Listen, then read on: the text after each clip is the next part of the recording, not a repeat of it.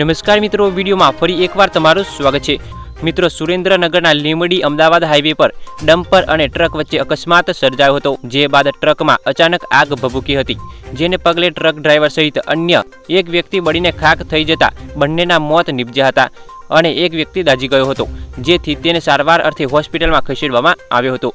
આ અકસ્માતના બનાવની જાણ થતાં લીંબડી પોલીસ ટીમ તેમજ પાલિકાની ફાયર ટીમ ઘટના સ્થળે પહોંચી હતી। ફાયર ટીમે આગને બુઝાવવાની કામગીરી હાથ ધરી હતી।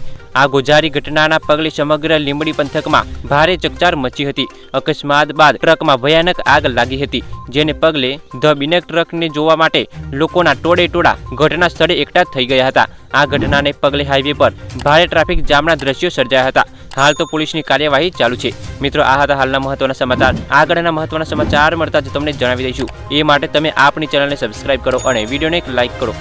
ધન્યવાદ।